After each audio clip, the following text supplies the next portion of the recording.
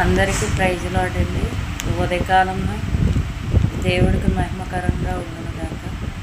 ఈ రోజున దేవుడు ఇచ్చిన వాగ్దానం ఏంటంటే కీర్తనలో 33వ కీర్తన 1వ వచనమండి. నీతిమంతులారా యెహోవాను బట్టి ఆనందగానం చేయుడి, స్తుతి చేయుట యథార్థవంతులకు శోభిస్కరం. సితారుతోని యెహోవాని స్తుతించుడు, 10 తంతులతో సర్వమండలంతో ఆయన కీర్తించుడు. ఆయన గూర్చి నూతన కీర్తన పాడుడు, ఉత్సాహధ్వనితో ఇంపుగా వాయించుడు.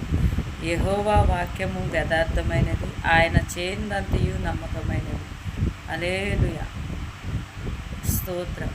దేవుడు ఇక్కడ ఏమంటున్నాడంటే నీతిమంతులుగా ఎవరైతే యథార్థంగా నీతిగా జీవిస్తారో వాళ్ళకి ఎప్పుడు కూడా దేవుడు ఏం చేస్తాడండి, ఆనందగానముగా మనం ఎప్పుడు కూడా దేవుణ్ణి సంతోషంతో ఆనందగానము చేయాలంటే ఆనందగానం చేసి స్తుతించాలి, దేవుణ్ణి స్తుతించాలి. అలాగే సితారుతో యెహోవాని స్తుతించాలి, 10 తంతులు స్వర్వమండతో ఆయన కీర్తించాలి. ఆయన గూర్చి నూతన కీర్తన పాడాలి. హల్లెలూయా.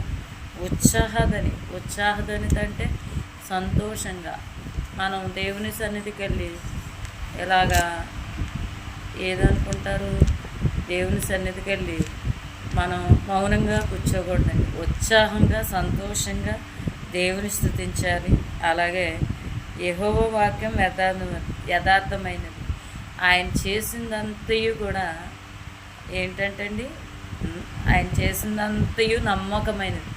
మనం కూడా నమ్మకంగా ఆయన నీతిని న్యాయముని ప్రేమించాలి. లోకము యెహోవా కృపతో నిండి ఉన్నది. ఆయన